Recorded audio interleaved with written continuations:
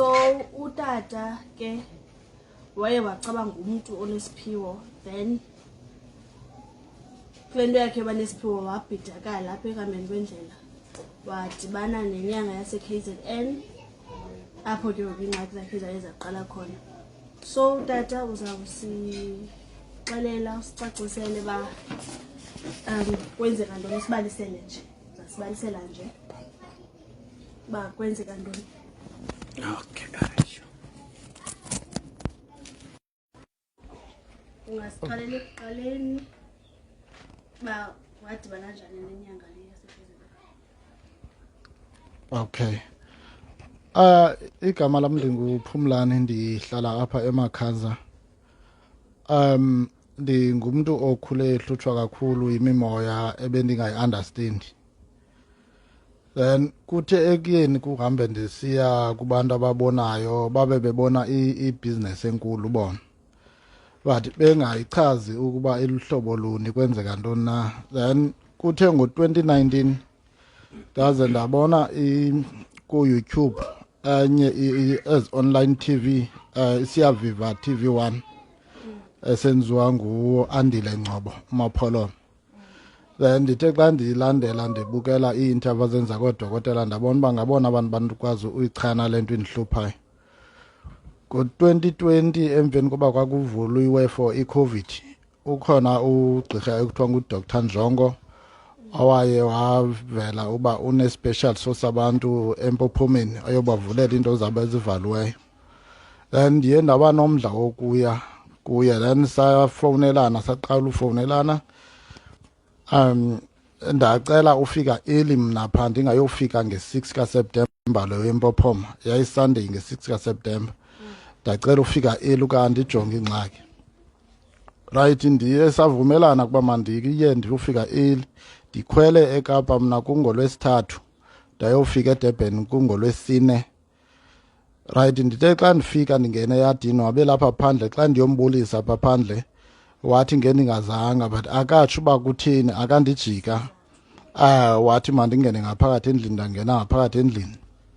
Abafana bamisa iyeza ngaphandle, kwathiwa mandihambe ndiyongena khona esifuthweni. Ndangena esifuthweni, ndangena ebhafini, ndathathwa ndasuka eB&B ndayolala khona. Ndayothathwa ekuseni ngolwesihlanu, ndaphinda ndabuya ndangena esifuthweni, ndangena ebhafini futhi. Ufika ngoku benithethe efowunini, ebeke wakuxelela mhlawumbi unobangela woba le mimoya ikusokolise. Ndizawubuza mhlawumbi beke wakuhlahluba mhlawumbi efowunini, ubone like laa nto abantu bakhona abantu bakwazi ubona efowunini mhlawumbi. Ebeke wakuhlahluba? No, zange sihlahlube. Okanye ngokufikileyo kuye ebeke wanayo into yoba ndike nithethelena noba yi-2 1-on-1? No, kange sihlahlube efowunini. Then kungona besiqala ubonana ke ngoku ngalo lwesine ndifika ngawo. Then wasangena ke ngoku endumbeni ngolwesihlanu phaa ngabo 8:30 ufika kwakhe. Sangena endumbeni wabuza uba ndizothi, ndathi ndicela ndijongele kunento endingayiqondiyo empilweni yam. Wathi mandibeke imali, ndakhupha i-250 yohlola. Yohlahluba. So uthe no, nothi le uze nayo. Ndithi no, bendicinga kaloku mna asizawuqala sijonge laa nto ingxaki kuqala, then silungise ingxaki esiyibonayo. So andiyazi ke ngoku xa uthi le ndize nayo. Wena ngoku benithethe efowunini ubuthe uzawuza le mali? No, kange sifike kwindawo yemali. So unoba uyibone ngokomoya mhlawumbi besisitsho. No, ukuba bendithe ikhona ndizofika early, khona into andifuna ndijongele. So noba ucingele loo nto leyo yena kuba ndithe ndifuna ndijongele ndingazanga kwi-special esisodwa, ucingile uba no, ikhona imali endize nayo for undijongela loo nto leyo. Nangona ndingayazi ke kwicala lakhe ibe mhlawumbi bikhona into ebeyibona ngolo hlobo, andiyazi. Ndayikhupha i-250, wathi no, nothi yona ufuna le ndize nayo. So ndayibuyisela kum esibhajini i-250, wakhupha imoto ke uba siyoyilanda ebhenki, sayoyikhupha ebhenki. Imali yayimali engange-15,000 imali endandiyigcinile ngoko. Ndihamba nobabini? Ndihamba nomnye umfana oqhubayo ngudrayiva wakhe omyela kwiindawo zonke amane emthuma. Yena wayeshiyeke endumbeni. Sasiyokhupha ngapha kwaNedbank eDurban Mall. Sabuya ke ndamnika loo mali leyo. Wangumntu ke osizohlola Saturday zange sihlole. kwaye kufika abantu abasuka kwindawo ngendawo abazele especial sasingeSunday kwabe kufika abantu ke ngoku asakwazi uba sihlole kwalile ke ngoku ngomSunday xa kuzoyiwe emlanjeni ukhona ke utata wayesuka eMthatha ekucaba ungumntu wakhe and uyiclient yakhe ebongayo eyayihamba ngeLegend 50. So lo tata uthe makayothenga iinkukhu ezintathu ezizimhlophe wahamba ke lo tata wayothenga ezo nkukhu zimhlophe wabuya nazo siye sakhwela ezimotweni eziye emlanjeni. Xa sifika emlanjeni wazimise ecaleni mna nalo mfana wawafaka bonke abanye abantu emlanjeni. Uthe xa bagqiba ke ngoku wazobiza lo mfana neenkukhu ezimbini wamsebenza ngezi nkukhu zimbini lo mfana lo. Mna ndibe ngumntu wokugqibela ungena emanzini futhi bendingumntu wokuqala ufika eDurban ndangumntu wokugqibela uyongena emanzini. Then uthe xa ndisebenza mna wabiza le nkukhu yesithathu kwezi nkukhu bezintathu zithengwe ngulo mfana. Mna kange kuthiwe mandithenge inkukhu kange futhi kubuza uba ndinayo imali yothenga inkukhu okanye andinayo. Ndisetyenziswe ngenkukhu yalo mfana mna. Wayidibanisa ke igazi lakhe kulekelele inkukhu kulo mthi awenzayo. Uthe xa eqala undisebenza ngalo mthi wakhe kwanelizwi elitsho ezindlebeni apha kum lathi mandijonge ngezantsi. Xa ndijonga ngezantsi kunenkunzi enkukhu engqoqo elapha ngaphakathi emlanjeni endingayazi uba iye njani ifike nini na kulaa ndawo. Engathi inxilile engathi ngawo apha emanzini ikhamisile ijonge kum ngobe ndihlamba ngalo mthi wakhe usuka kum ula manzi ahle namanzi azotsho kule nkukhu yakhe ngathi ikhona into eyidontsayo. So uphuma kwethu ke ngoku emlanjeni siyofika endumbeni ube sendigcaba ngesigubhu esigubhu engakange andihlolele nondihlolela ngaso. Wavela wandigcaba njengesi sigubhu sakhe. And egcaba njengesigubhu sakhe uthule akho nto ayithethayo. Into ayibuzileyo ibuzile uba ndinabantwana na ndathi ndabuza le nto izolimaza abantwana bam wathi hayi izokufakela imali. Ndabuza ithini imithetho le nto wathi zundifowunele wofika eKapa. Right uyenzile ke loo nto leyo ndabe ndiyakhwela ngomvulo ubuya eDurban. Ndabe ndiyakhwela ngomvulo ndazofika ngoLwesibini apha endlini phaa nge-past 12. So ufika kwam apha ndimfowunela uba ndilapha endlini lithini isiko lokufaka le. Okay. Lithini isiko longenisa le nto. Uye wathi ke usebhizi client uzobuyela kum. So ndimfowunele ke ngoku ndayomncama nge-past 8 ngala Lwesibini akayibambi ifowuni koko wayigqibele uyibamba ngoku bendisandofika emini. So ibe nguLwesibini, Lwesithathu, Lwesine, Lwesihlanu, Mgqibelo, Cawe uzoyibamba ngomvulo ifowuni wangona ilankayo wathi mandithathe impuphu ndiwenze iiballs zibe yi4 ndithathe nesneyifu ndigalele khona ndithathe ugologo ndigalele khona. And loo nto leyo ndizoyenza kube kanye ngenyanga. Right ndiyenzile. Ngokusepha eDurban awuhlahlutyanga i-15,000 ithathiwe ungeniswe emanzini neenkukhu ongazaziyo ungakhange uxelelwe ngazo. Ngokuyenzekayo le nto apha kuwe akho nto ithi khawubuze uba ezi nkukhu zezantoni ndiyintoni mna ezi nkukhu. Hayi Kwavela kwalala uboya kwalala uboya sisencinga uba le mimoya ayisebenzisayo nayo yaba negalelo yoba ndingakwazi ubuza nto kuye. Ndimamele yonke into ayithethayo. And futhi bingumntu bendimthembile ndimthembe nangoku ezama undibalekela koko bendimthembile kodwa mna because le nto yalogologo yesisigubhu ndiyenze iinyanga zayi4 ndizoyincama kapha kuDisemba. Xa kuphela uDisemba namfowunela kuba ndibona uba kuyonakala mpela ndathi ndifuna andichazele isiko lolahla le nto yakhe. Kange akwazi ke undichazela isiko lolahla le nto ufune amagama amnta kodwa into azoyenza uzosethwebula kwamna ke ngoku ngoba engafuni undichazela le nto uba ithini isiko lolahla le nto. No kange wabuze kwabuza kwaphaa if wayifuna lo tata into beyifuna wayibona ndisifika ngolo Lwesine ngoba esithi ngendingayanga nje undicingele but aba bantu banale mimoya bayilanda kula mazwe banesivumelwano. So ke mna ndaba yi-part and parcel yesivumelwano sabo. So zangakwazi undijika kwakhe ngewayexabane nale mimoya yakhe. so zangakwazi ungcingela yena wathi ngeningayanga but kwangena uthini ngoba kaloku le mimoya yabo bayilanda kule bamazwe banesivumelwano nayo. So ndabe ke ngoku ndingena ngolo hlobo ke ngoku mna ekulimaleni. So akakuxelela ke ukubilahlwa njani lento yakhe? Azange andixelele ibilahlwa njani. Ndiye ndafowunela utata uTshawe eMaclear ndamchazela sonke isitori, so wathi no man ndiye khona. So kuye kwanyanzeleka ke undisacrifice ngekhampani ndandisebenza yona ye-security uStallion, ndazigxothisa then ndaclaim imali zam. The xa ndizifumana ke imali zam ndabaleka nesi sigubhu ndayotsho eMaclear, apho ke ngoku ndiqale ufumana inyani uba yintoni le nto ibindihlupha yonke i-40 years ngo-2021 because esi sigubhu ndisifumane ngo-2020 ndasiyosichitha ngo-2021 kutata uTshawe. Then utata uTshawe yena uthe xa ehlola wathi abantu basekhaya bandiphile ubutyebi ndinesipho samanzi kwimimoya ekhoyo emlanjeni, ndibhilonga kwinkosazana. So and ke into ayibonayo eyesibini i-spiritual body sesithathiwe sithwetyulwe, which is laa nkunzi enkulu yalo tata kungoku ithatha i-spiritual body isithumela kulo tata. Ewe, so akusekho nto ke ngoku etsala izinto ezintle izinike mna, into ezitsala ezisakum ziphumela kulo mntu wasemthatha walo tata. And yeah, so uzamile ke kwenza intsebenzo zochitha isiguphu nesobuyisa i-spiritual body, kodwa ke ubuya kwam kuye kube nzima kakhulu. Kucaca uba xa ndiye emntwini iba ngathi ndiseyivisa le nto yalo mntu vele indinyathele kakhulu, unoba ke ngokulaa tata yona uphakama kakhulu kwelaa cala. Ndizamile kufuna umsebenzi ukubuya kwam ngoba kaloku bendimke ndisacrifice ngumsebenzi wam ngam.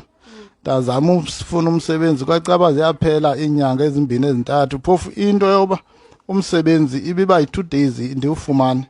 And emsebenzini before ithathwe le nto lena bendingenzi kwa-interview, bendifika ndinikwe i-uniform ndinikwe i-contract ndisign. Into ye-interview ndiyiqala emveni koba ithathiwe le nto. Before loo nto bendingayenzi laa nto kamna i-2 days ibininzi ndifuna umsebenzi ndingafumenanga. So wayithatha ke ngulo tata yena wayisa kulo. Then ndibuyile ke ndahlala kunzima, ndifola kungafumaneki. Ndade ndafumana omnye utata osezwezwe, utata olixhwele ongahloliyo, ndayotsho khona. Then utata ke ngoku oye wandibhafa lowo wandinika intindili. Ikhona into ekuthiwa intindili eyimbotyi enkulu efakwa apho igangxa entanyeni. Then wandigcaba ke ngoku ngayo, but naye unesiguphu ofungayo kuso uba xa ndithe andakwazi uyibhatala imali yakhe le 6 months wayendinike yona, then ogogo ke ngokufuneka babone uba bazokwenza ntoni na. Bendibhatala i-1.5 ngenyanga for 6 months. So ndiye ndawufumana kumsebenzi ngaye, and nendawo endayofola kuyo kwakubona umntu onobhi, ndingenaphi nosimna, kwakubona umntu onobhi. And naye nemanager yakhona eyenza i-interview nayo yabona umntu onobhi, ndabe ndiyaqesheka ke ngoku kuloo ndawo ndasebenza. Kodwa ke ndisebenze only i-6 months le bendibhatala le nkomo yalo tata. Ndithe ugqiba kwayo ubhatala le nkomo yalo tata waphela umsebenzi, client yathi ndilele emini ngo-12. Ndichophile nje yathi ndilele emini ngo-12, zange kuyiwe ikhamera, zange kuyiwe phi na. Lo case ndayoyifaka esisim yavele yaphela nje kwaloku.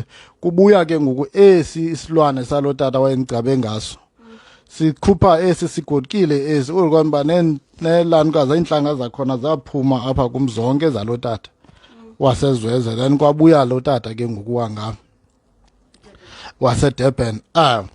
So kube nzima ke ngoku ndingasebenzi futhi, kwade kwanyanzeleka ke ngoku emsebenzini uba mandiwuthenge into bendikade ndingena ndingenzi ne-interview kuyo. Ndiqalile ke ngoku uthenga umsebenzi ngo-2023, ndangena kuloo khampani leyo ndasebenza kuyo. Nto kandisebenza kuyo ndabona utata umbomvu unaye ochaza ngokwemithi, ndayotsho kuyo eNanda eDurban futhi. Lo tata leyo usebenzisa amathambo, uthe xa ehlola wasibona isiphiwo esi samanzi. Then sayokwenza intsebenzo yaselwandle, sabuya sayophakamisa isithunywa emlanjeni. Then sithenge amabhayi amabini elimhlophe neli black and white. lapfika iphupha ndisekhona phayana namchazele ekuseni uba ndiphuphe into enje wathi ya umsebenzi uvumile wabe ke ngoku yandigcaba ngezizwe zodonza ndabuya ke ngoku ndithe ufika kwam apha kwacaba ezi zizwe zakhe ziyaziveza but ndanobuphakuphaku obukhoyo ndithi xa ndihamba ndinyathela ibe ngathi kukho into exhumela enyaweni xa ndixhuma hayi mana akukho nto ikhoyo but loo nto leyo iye yathatha into ephaa kwi-2 or 3 months yaphela nayo ayaphinda yenzeka so ndiye ndahlala ke ngoku 2023 kunzima ndamgqiba uthe ngo-2024 ndabhuka i-1-on-1 nomfundisi uMohlala lo useluzuko apho nakhona kange ndifumane nto ndiyile khona samlinda ufika kwakhe kuze umfundisi wathi funeka simxelele into ezintathu esizomthandazisa ngazo azosithandazisa ngazo right ungena kwakhe ke kumane kusiya umuntu athethe loo nto leyo kuthiwe next sade sangena ke nam ndandihamba nosapho amxelela into ezintathu kwathiwa next sonke emveni koko kwaqala icawe kuthe xa kuphuma icawe siqonda unoba ke ngokunake kwaqala i-1-on-1 kodwa masiyolinda ngase-ofisini xa sima phaa wafika yena wathi lo makanike into ethile nethile anike into ethile kwabe kuphelile kwayi-1-on-1 yakhe akukho kwanto esiyifumeneyo zange sifumane noba kwenzeka zange sifumane nendaba yabe ihamba olo hlobo yi-1.5 yethu iyabhatalwa i-1-on-1 yabo yi-1.5 so zange sifumane zange sihlale naye phantsi zange sithini nayo yaphela nje olo hlobo then ndabuya nalapho ndiqonda uba andikhathazekile ngoba le nto ndiyifunayo andide ndiyifumane ndibhalele ke kwi-Black Life TV ndathi xa ndibalandelela ngoWhatsApp uba ndithumelela inamba kho ndandicela inamba yoba ndibhuke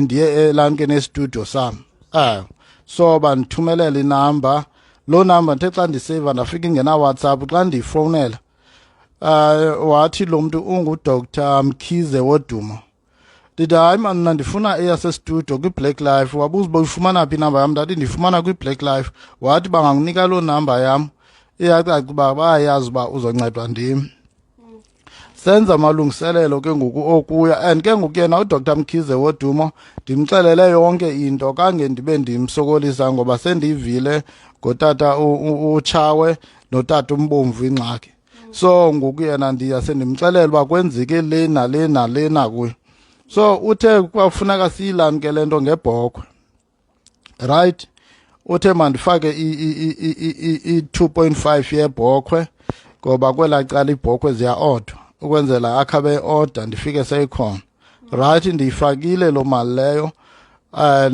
ndaflya nge-10 kaNovember last year ukuya khona ndifikile ke eDurban kwakungecawe wazondithatha e-airport wayondilalisa e-BNB wathi sawusebenza Monday nge-11 phofu yayile ndizojika ngayo ibhasi yami yeko-480 right ufikile ke kuseni sahamba soyitsho Ndumbeni kanti ndiyele eDurban iibhafu ezimbini akukho bhokhwe le bhokhwe bethi sizolanika ngayo le nto ayikho into ekhoyo ziibhafu ezimbini zasemlanjeni athi ibhafu yokuqala yeyolahla ibhafu yesibini yeyobuyisa intlahla nesigutshane esincinci athi ndizothetha kuso siqhawulele imimoya right siyenzile loo nto leyo ndabuyela eKapa xa ndifike eKapa kunzima andisebenzisa imithi yakhe ndabe ke ngoku ndiyasuspendwa emsebenzini nge-21 kaNovember ndibuye kuye ndisuka kuye nge-12 ndisebenzisa imithi yakhe nge-21 kaNovember ndabe ndiyasuspendwa emsebenzini esi silwane salomfo siye sawuvala ke ngoku kwalo msebenzi lowo sinikwa sijonge phantsi kungaphumi into xa ndimchazela wathi hayi siyabona uba yonke into siyiqhawule right ndiye ndaphelelwa ke ngumsebenzi ndahlala ke ngoku sabukele ku-YouTube ndabona i-channel interviewer omnye umprofeti Mavuso waseRhawutini umprofeti Mavuso wathetha umprofeti Mavuso balisa uba naye wathathelwa intlahla naye unesipho samanzi so uye kuloo tata wayemthembile wafika loo tata wamthathela esi sipho sakhe Kodwa ke ngoku seyinguye onceda abantu abenzelwe loo nto. Ndaqonda uba ya le nto yenziwe kum yilena yenziwe kumprofeti, ithi uzokwazi undinceda. Le ndithathe inamba yakhe ndamfowunela umprofeti, wabe sithi uzobe lapha eKapa ngoJanuwari kulo nyaka u-2025. Right, ufikile apha eKapa ngoJanuwari, ndayodibana naye eClermont. Uhlolile umprofeti into yavelayo kuye kwavela esasigubhu, wathi wayicinga uba wathi yena yile nto ndayilandayo. Ndithi no prof, zange ndiyilande le nto, ndayinikwa mna phaa ndiyele le mimoya yayindihlupha. Ndafika ndanikwa le nto ngaphandle kwesivumelwano sethu, zange sibe siyavumelana ngale nto ndayinikwayo, ndanikwa into engaphandle kwesivumelwano. Yeah, so siye saqala usebenza nomprof, siye saqala usebenza nomprofeti, wanika imithi yakhe ke iziwasho, ndasebenzisa yona andithumelela engapha kwelaa cala, wathi ayibhala uba ndizoqala ngalona then ndiphume ndizongena kulo. So ndiyethe xa ndilandelela iintsebenzo zakhe amane ejonga ekwelaa cala uba no, ngoku iinto zonke zisenzeka ngendlela. Ndaqhubekeka neentsebenzo zakhe sade sabe sifikelela ke ngoku intsebenzo yolahla esi silwane, apho bendisenza yonke into apha endlini then ndiyolahla apho kudibana khona indlela i-4 days. Then emveni koko xa ejonga wafika hayi yonke into ilahlekile esi silwane, then sabuyisa idlozi. Kulapho ke ngokuye kwavuleleka ke ngoku amaphupha, abuye amaphupha emaninzi. Ndimane ndimchazela but amaphupha lawo ebechaza uba intlahla ayikabuyi yona, because intlahla yona yile yathathwa yodwa emlanjeni, then ndandizelwa ke ngoku i-ritual yesibini yile yesigubhu. So intlahla ke ngoku bantu basekhaya yile ndicela uncedo kuyo uba ndibuyiselwe yona, kulungiswe le mimoya. Then ndicele ke ngoku nomntu ozokwazi uba andenzele isiko lale mimoya, ukwenzela le nto ityiwa ngulaa mntu kwelaa cala ize kum ke ngoku mntu wayo, ndizokwazi ukutya ngokwam ke ngoku ndiyasokola abantu akwethu ngoku le nto ingekho and akukho nto ilungayo. Ndiphila njengomntu ongazange ba nentlahla. Intsokolo yam akube mhlawumbi into zam endizenzayo aziphumeleli, but ziphumelela kumntu orongo. So kunjalo ke bantwana basekhaya, ndikuloo ngxaki leyo njengangoku. Uyabona tata, le nto yakho ibuhlungu ngantoni? Ibuhlungu ngale nto uba yimali into esebenzekayo, imali yiyo le isebenzayo kuyo yonke le nto. Kuba nomntu njengoba usithi ufuna uncedo, bazawuba khona abantu abathi baza kunceda kodwa bangakuncedi xa lo mntu naye efuna utye yakhe imali. So i-advice endinoba nayo for wena ukuba uhlaba ukhangela, uke ume abantu basezifowunini. Uyabona apha ke ngoku kwakho abantu basezifowunini, uke ume, uyabo, ukuthathe abantu bakowenu uba unabo brother bakho, nike nihambe niqubule intonga, nike nihambe mhlawumbi niye kumzi othile onigqirha, nifike mhlawumbi nibuze unobangela. Uyeva le nto nditshoyo? Then ke ngoku mhlawumbi ndizawuxelelwa kunoba aba bantu basezifowunini. Uyeva le nto nditshoyo? Because ingathi zizikem, sebesenza imali nje ngoku. Le nto siswam ndandicela uba ndifuna uya kwi-Black Life, because i-Black Life yiyo eyenza yonke into. Mna ndiyobeka isitori then yonke into yenziwa yiyo. Uyabona? Le nto bendifuna uya kwi-Black Life because andisenamali mna, yandivalela laa nto umsebenzi, le nto yawuvala umsebenzi, andiphangeli ngoku. Okay, mna ndinembuzo. After ufumene ngo-2021 eso sigubhu, 2020. 2020 Yes, 2021, yeah. Kwezi nyanga ubunaso eso sigubhu bekwenzeka ntoni? Why unakubangela for uthi mandisilahle? Bekwenzeka ntoni kule nyanga ubunaso? Kube nzima kwakiveki yokuqala, kwangesuku lokuqala ndibuyile. Kube nzima kwangisuku lokuqala ngoba ngelaa xesha ndiyapha bendithengisa iwayini, but ezo wayini ezo bazile abantu bazithatha ngetyala, zange bazibhatala. So ayiyo nto yoba ibibabiza abantu le nto, but iza nabantu abazondibuyisa not abazondiphakamisa.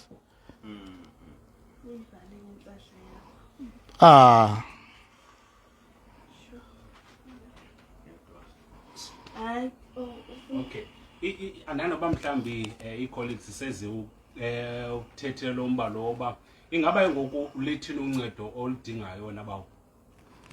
And ndidinga uncedo mna lo mntu onokwazi ukuyibona lento yenziwa emlanjeni njengaba tata kuthiwa bashaya umhlahlo ozobona nomthi lo tata awusebenzisileyo namazwe asuka kuyo le mthi awusebenzisileyo sendidinga nje aba tata kuthiwa bashaya umhlahlo azoyibona yonke into awayenzayo lo tata ngala mini emlanjeni then akwazi uyikhulula because aba bonke bathi bayakwazi uyikhulula but kunzima uyikhulula because abayazi laa nto awayenzayo la tata and uyifihlile le nto awayenzayo. Kodwa sinomdla wofuna ukwazi uba ngaba ingaba mhlawumbi wena ngokuya kwakho phaa e-KZN zange mhlawumbi uyothatha le nto ze izinto mhlawumbi zathi zakujikela khakusihlebela awuzange uyothatha le nto ba? Hayi tata mna andihanga ngoyothatha le nto into eyendisileyo e-KZN kungenxa yesi siphiwo sam besindibhayizisa because siyandinika izinto but asiniki kakhulu sindithi kancinci then emveni ngoko sibuye sivale so bendingayanga uthatha le nto bendifuna uyoqonda uba kanye kanye yintoni le nto yenza le nto. Alright. Tata nje bebusixelele ba after ufumene esi sikhungo phaa e-KZN izinto ziye zathanda uba nzima kwakusuku lokuqala khakusicacisele mani apha endlini ibiniphethe njani le nto umama ekhaya ebantwaneni? Kube nzima kakhulu ingxabano esibe nazo emveni koba kukho le nto because ibiyinto ekucaba iyasixabanisa ingena phakathi kwethu nje akho umvano apha endlini. Siyaxabana nje sihleli endlini abesingavani kange sivane tu kona tu abantwana barayithi kwabo sonke siswam akukho mntu elamkileyo emyekileyo nabantwana bakho rayithi nasesikolweni abaqhubi kakuhle yonke nje into esi silwane salo mntu siyenzile ingxaki and ngoba wayendibuza laa mbuzo uba ndinabona abantwana wayeyazi into esizoyenza esi silwane sakhe. ya so mninzi umonakalo elantuka wabantwana nasebantwaneni sininzi into esiyenzileyo. Ubukhe watsho ke tata ngoku besike sathetha behind uba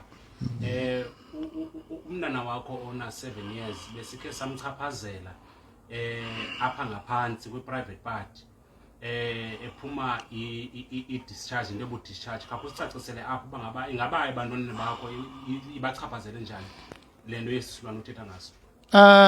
Intombi yam le incinci ibinengxaki ye-discharge eyilani andawazayo beziba mdaka zingcola and ndayiqonda futhi uba mna imiphumela yesi silwano salo mfo wandinika sona. Omnye lo ikwekwe nasesikolweni kunzima akakwazi wabona amagama kakuhle so siyenzile nje ingxaki eninzi. Ngaphambili bebengenayo le ngxaki esikolweni? No, ngaphambili bebengenangxaki ngaphambili. Tata apha kukho umlandeli othi ba iplent uthi khawuke ugoduke uye kowenu niye kwigqirha lasekhayeni nike niyithethe le nto njengosapho. Mhlawumbi utata zangakayizama into njani?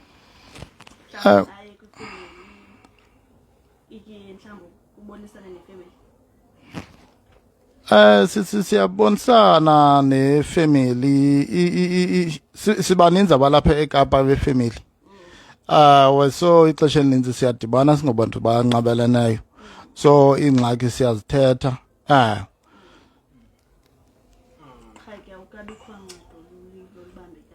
Alukho uncedo ukuthi ndizamile ndihambile ndizama amancedo akho ncedo nangoku ndifikele kwindawo yoba kube nzima ngokuphele nomsebenzi and andisanamandla yoba ndingenza into because nalapha ndike ndawazama amancedo ophuma ndiye nakosomashishini abalapha bandithengele only itikiti eliya eDurban kwi-Black Life ndiyolanda i-interview then ikwazi undinceda ngale nto so kange ndilifumane. I-Black Life uncedo layo lizondinceda lona because akho nto anamali yobhatala ngoku then yona izokwazi uyenza zonke i-payment ezifunwayo.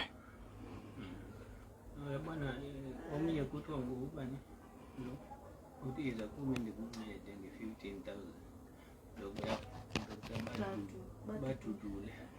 Hayi uyabona ube careful sikhona isikhamu uzabona apha khona isikhamu. Uyazi wena tata uba uncedo kakhulu ku-Black Life TV. andithi sosubambelela kuloo nto qha ke ngoku ibuhlungu kuba unamsebenzi anamsebenzi sisi anamsebenzi and na company company bendikuyo ndisekwi-suspension andikayi nakwi-hearing koko endisuspende ngoNovember nge-21 yathi yaphanda isaphanda unanamhlanje andikayi nakwi-hearing. Lo tata bodibe naye eClermont ngubani? Ngubani?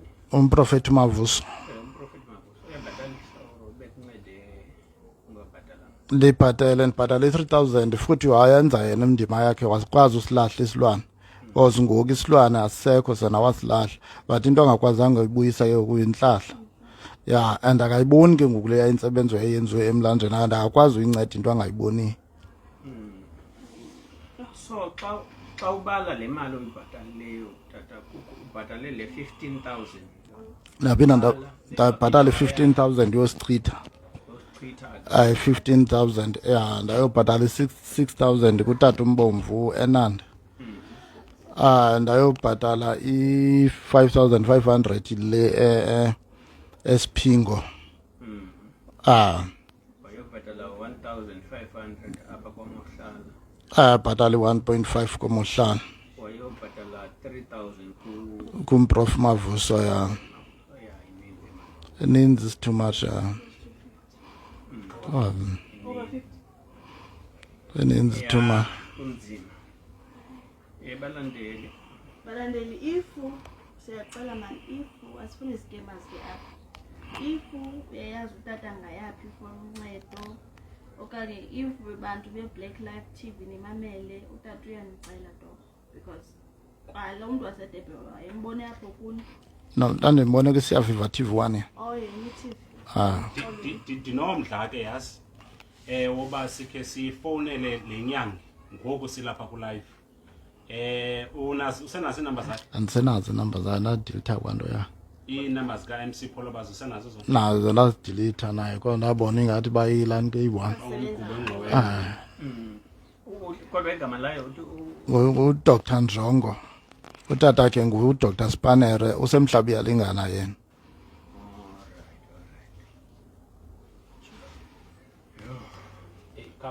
Kakumbambe ulive le ndifuna balandeli bezitshisayo nesikhe sizame u-MC Pholobazi ngoba nguye mos umuntu owakudibanisa nomhlekazi.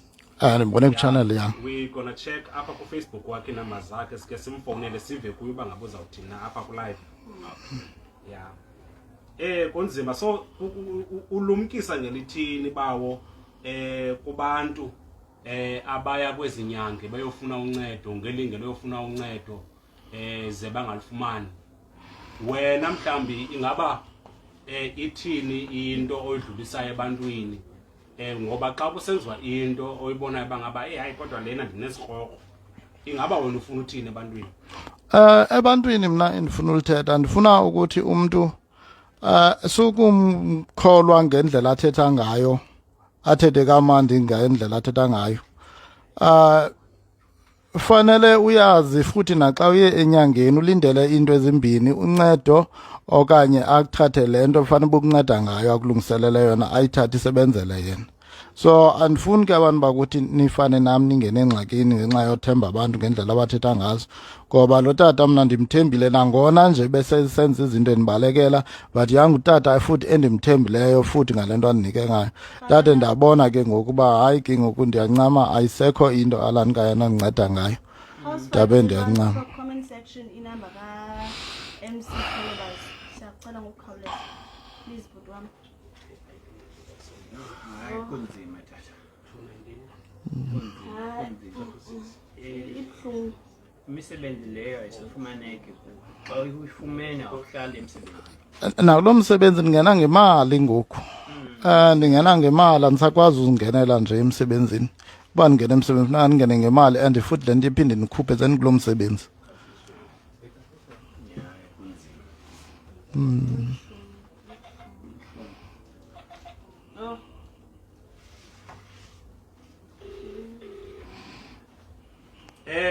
Balandeli bezitshisayo sisazama ke ufowunela u-MC Pholobazi. We hopeful bangaba sizamfumana.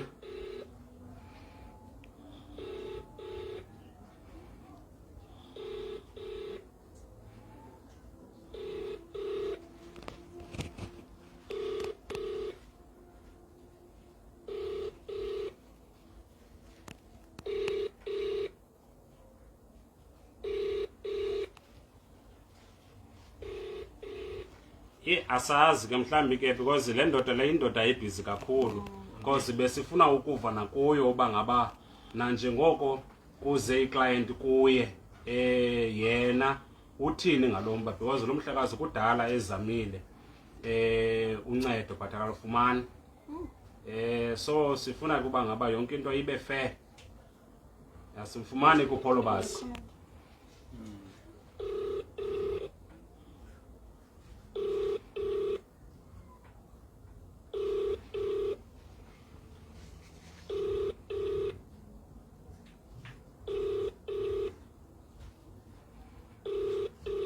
Hayi, masiyeke. Hayi akafumaneki.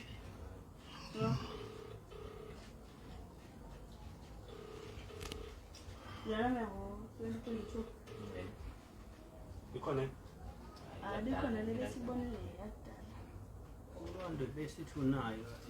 bethoza ukuthi mangilethulo ukusayiphela ufunda lokuthi ndisukapho inyawo zinodaka